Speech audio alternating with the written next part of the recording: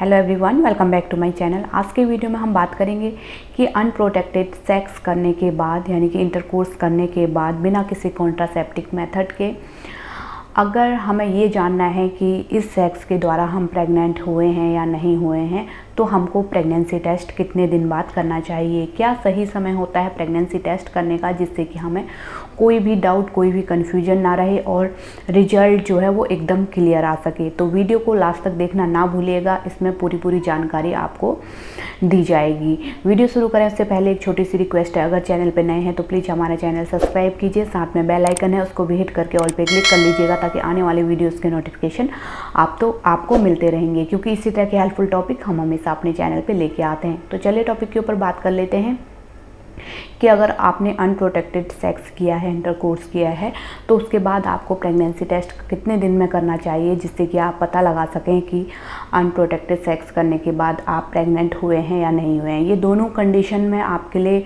फ़ायदेमंद है। एक तो कि जब आप बच्चा नहीं चाहते हैं तो सही समय पे आपको पता लग जाता है कि आप प्रेग्नेंट हैं या नहीं हैं, ताकि अगर आप बच्चा नहीं रखना चाहती तो आप मेडिकल अबॉर्शन यानी कि दवाइयों के माध्यम से अबॉर्शन करवा सकती हैं, क्योंकि ज़्यादा दिन अगर हो जाते हैं तो उसमें आपको ऑपरेशन का सहारा लेना पड़ता है।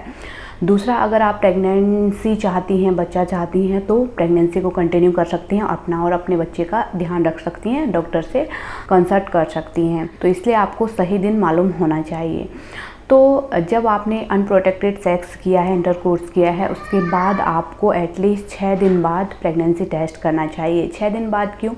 क्योंकि जब आप अनप्रोटेक्टेड सेक्स करते हैं तो आपका जो ओवम है, स्पर्म है, वो ट्यूब में जाके मिलता है। वहाँ पे सिंगल सेल जब वो बनता है, फर्टिलाइजेशन का काम शुरू होता है, सिंगल सेल बनता है और एम्ब्रियो तैयार होता है, और एम्ब्रियो आपके यूट्रस में यानी कि बच्चेदानी में जाता है। तो जब स्पर्म और ओवम आपकी ट्यूब में यानी कि नली में मिलते हैं, तो वहाँ पे फर्टिलाइजेशन का काम जो होता है उसमें 6 दिन का समय मान के चलते हैं, 1 हफ्ते का समय लग जाता है। तो जब आपने इंटरकोर्स किया उससे 1 हफ्ते बाद अगर आप प्रेगनेंसी टेस्ट करेंगे तो वहाँ पे आपको रिजल्ट देखने को मिल जाएगा कि आप पॉजिटिव हैं या फिर नेगेटिव हैं। जैसे मैंने बताया कि फर्टिलाइजेशन के बाद एम्ब्रियो तैयार होके वो यूट्रस में आता है और वहाँ पे यूट्रस की सबसे अंदर वाली लेयर से जाके चिपकता है, और उसके बाद प्लेसेंटा तैयार होता है, जो कि मदर के जरिए बच्चे को ब्लड सप्लाई और ऑक्सीजन देता है, पूरा न्यूट्रिशन बच्चे को देता है पूरे 9 महीने तक। इसके अलावा दूसरा काम प्लेसेंटा का होता है एचसीजी हार्मोन को रिलीज़ करना, जिससे कि प्रेगनेंसी जो है कंटिन्यू चल सके, सही से बच्चे की ग्रोथ हो।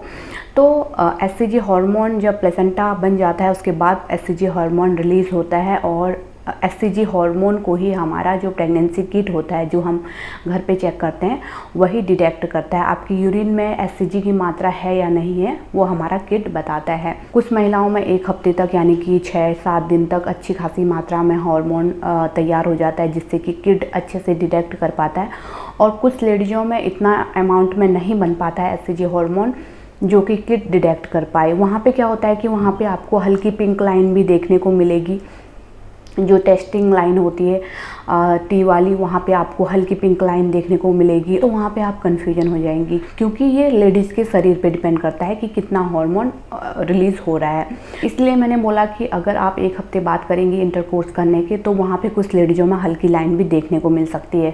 तो उन लेडीज़ों को करना क्या है? उन लेडीज़ों को ये करना है कि 1 हफ्ते बाद फिर से प्रेगनेंसी टेस्ट रिपीट करना है, और अगर सच में आपकी प्रेगनेंसी होगी तो वो लाइन जो है वो डार्क हो जाएगी, क्योंकि 2 से 3 दिन में ही एचसीजी हार्मोन दुगना हो जाता है।